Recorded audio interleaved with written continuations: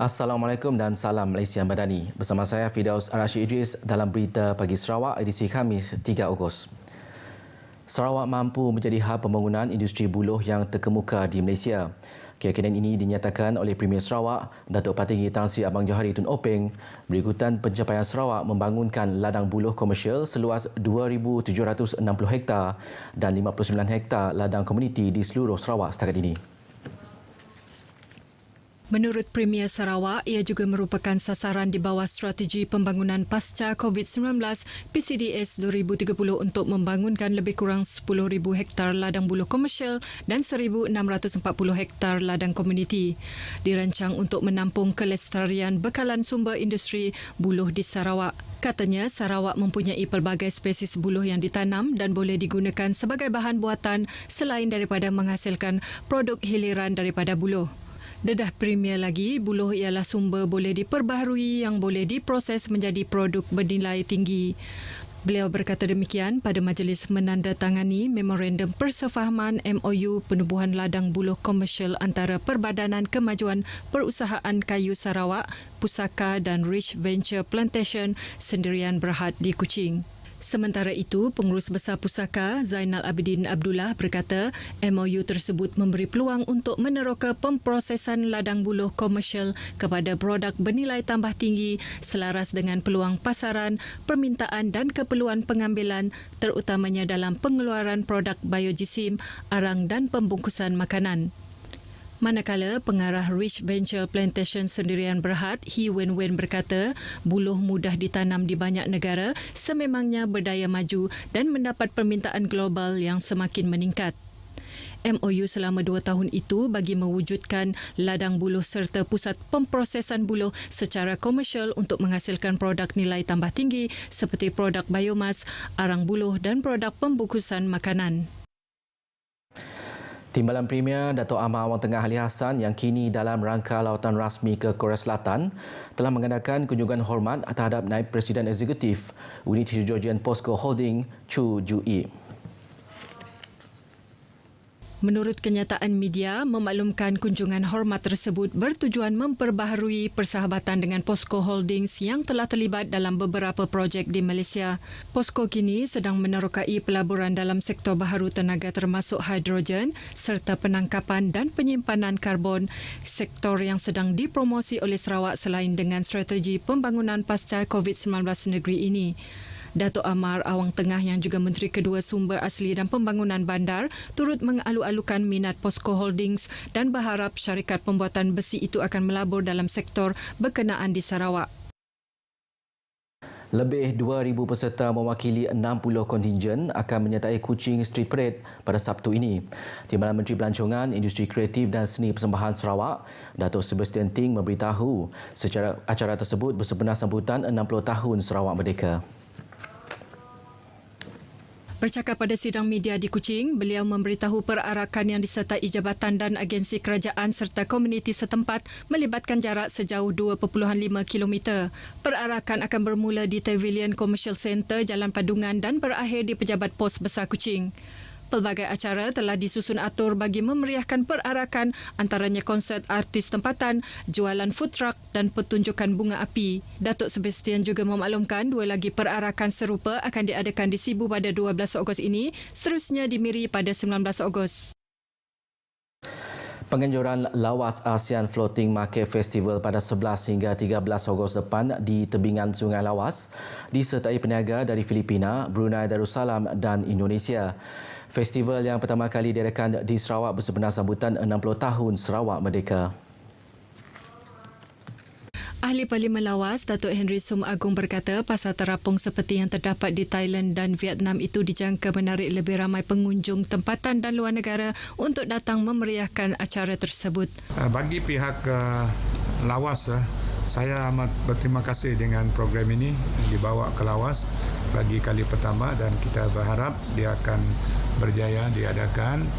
Ini program ini sebagai satu tarikan yang bermula di Lawas kepada seluruh negeri Sarawak dan juga Malaysia amnya, kerana Sebelum ini kita mendengar program floating market ini diadakan di Vietnam, di Thailand saja.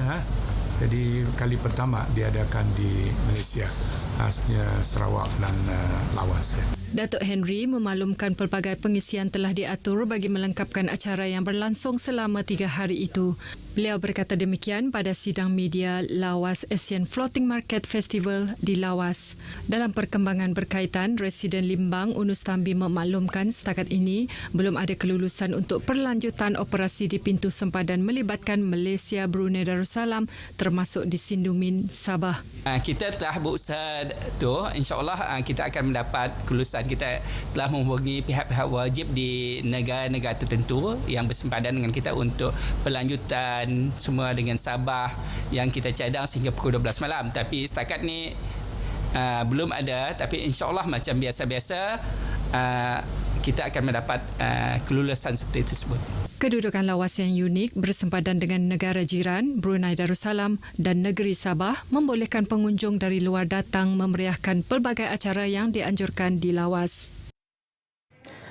Jalan Raya Waira Projek menjadikan cita-cita kepada realiti PRODR merupakan program tahunan anjuran tabung ekonomi gagasan anak Sarawak tegas yang memfokuskan kepada pendidikan melalui pameran pendidikan di seluruh negeri Sarawak. Ahli Dewan Undangan Negeri Adun Maradong, Datuk Ding Kuang Hing berkata, Bintangor merupakan lokasi kelima selepas Lundu, Padawan, Serian dan Seratok telah menerima sambutan yang memberangsangkan. Jelasnya, ini menunjukkan rakyat Sarawak serius menjadikan pendidikan sebagai faktor penting dalam memajukan diri sendiri.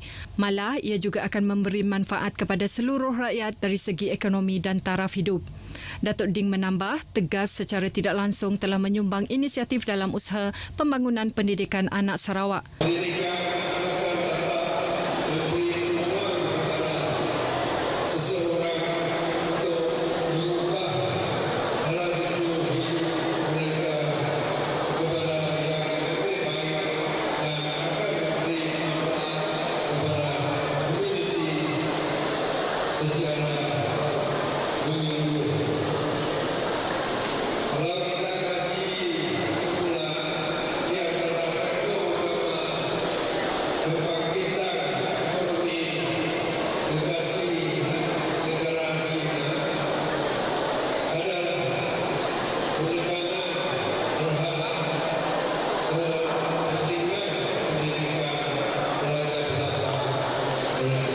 Beliau yang juga ahli lembaga tegas berucap demikian pada majlis perasmian Jalan Raya Waira Project of Dream Realize siri ke-8 di Bintangor.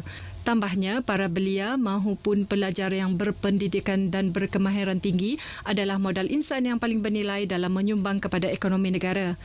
Katanya ini turut menjadi salah satu daripada intipati terpenting visi yang amat berhormat Premier Sarawak yang terkandung dalam strategi pembangunan pasca COVID-19 2030 iaitu mentransformasikan Sarawak kepada sebuah negeri yang paling maju dengan rakyat yang celik ilmu digital. Kualiti udara di seluruh Sarawak masih pada tahap sederhana dengan bacaan Indeks Pencemaran Udara IPU di Kuching, Semerahan dan juga Stesen Pengawasan Kualiti Udara Automatik Bergerak MCAQM di Ibu Pejabat Polis Daerah Serian masih mencecah 80 setakat pukul 5 petang semalam. Semakan daripada Indeks Pencemaran Udara Malaysia, APIMS, Jabatan Alam Sekitar Malaysia menyaksikan bacaan IPU di bahagian Kuching dan Samarahan masing-masing dengan 84 dan 81, manakala IPD Serian 86. Bacaan IPU bagi kawasan-kawasan seperti di Limbang, Institut Latihan Perindustrian ILP Miri, Bintulu dan Mukah masih berada di antara 60 hingga 67.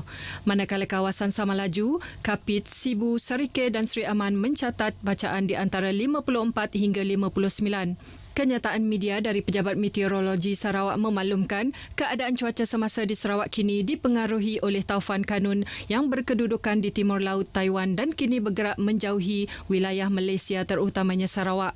Menurut jurucakap MIT Sarawak, keadaan hujan yang banyak berlaku di bahagian barat Sarawak buat masa ini dijangka tidak akan memberi kesan positif kepada Sarawak selagi punca asap jerebu rentas sempadan tidak dapat dikawal, lebih-lebih lagi dengan tiupan angin semasa dari arah barat daya yang dijangka akan terus membawa asap jerebu. Pertubuhan Keselamatan Sosial Perkeso meneruskan inisiatif proaktif bagi memperluas dan memperkukuhkan lagi jaringan keselamatan sosial. Ia dilaksanakan melalui pemeteraian Memorandum Kolaborasi MOC bersama Perbadanan Pembangunan Ekonomi Sarawak SEDC bagi program sinergi sosial. Bahagian Komunikasi dan Hal Ehwal Korporat Perkeso dalam satu kenyataan berkata, pemeteraian MOC tersebut membawa aspirasi murni Perkeso dan SEDC dalam menangani permasalahan golongan sasar melalui perkongsian data dan program kesedaran perlindungan keselamatan sosial. Ini meliputi skim perlindungan Perkeso untuk usahawan negeri Sarawak seperti skim perlindungan keselamatan sosial pekerjaan sendiri dan skim keselamatan sosial San Air Rumah. Selain itu, intervensi pasaran buruh menerusi sistem insurans pekerjaan Perkeso serta pelbagai aktiviti yang berkaitan juga akan dilaksanakan di bawah MOC ini. Pada majlis berkenaan, MOC tersebut telah ditandatangani oleh Ketua Pegawai Eksekutif Kumpulan Perkeso, Datuk Seri Dr. Muhammad Azman Aziz Muhammad, yang diwakili oleh Timbalan Ketua Eksekutif Operasi Perkeso, Encik John Riba Marin, manakala di pihak SEDC ditandatangani pengurus besarnya Datuk Abdul Hadi Abdul Kadir. Sejak tahun 2019 hingga 2023, lebih 23,000 prospek atau kes telah berjaya disalurkan ke pelbagai agensi berkaitan melalui portal sistem MySynergy yang dibangunkan oleh Perkeso. Perbadanan Perhutanan Sarawak SAFC sedang menyiasat dan mengenal pasti punca 41 ekor burung merpati yang ditemui mati di Jalan Gambir di Kuching semalam. SFC menerusi kenyataan di Facebook memberitahu pihaknya telah mengumpul sampel burung tersebut untuk dibawa ke Makmal. Kesemua sampel burung tersebut bukannya tersenarai sebagai spesies terlindung di bawah Ordinan Perlindungan Hidupan Liar 1998. Pihak SFC juga akan bekerjasama dengan pihak berkaitan bagi mendapatkan maklumat serta data yang diperlukan bagi menyiasat punca kejadian tersebut. Berita itu tadi mengakhiri Berita Pagi Sarawak edisi Khamis 3 Ogos. Seterusnya ikuti Selamat Pagi Malaysia bersama dengan Munawar dan Syuhaida. Salam Malaysia Madani dan Assalamualaikum.